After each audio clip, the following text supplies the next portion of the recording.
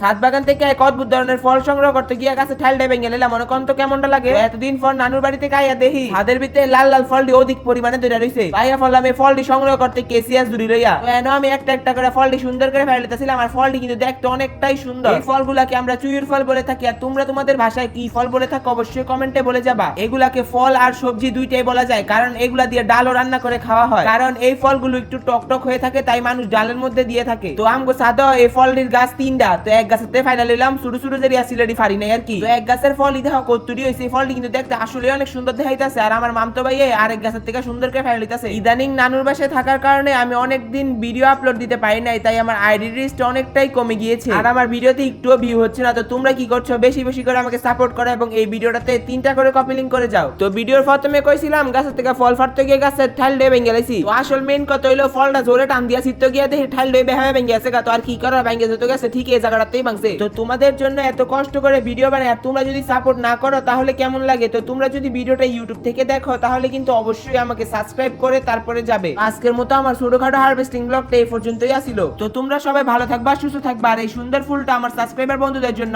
দেরি কিসের, তাড়াতাড়ি সাবস্ক্রাইব করো।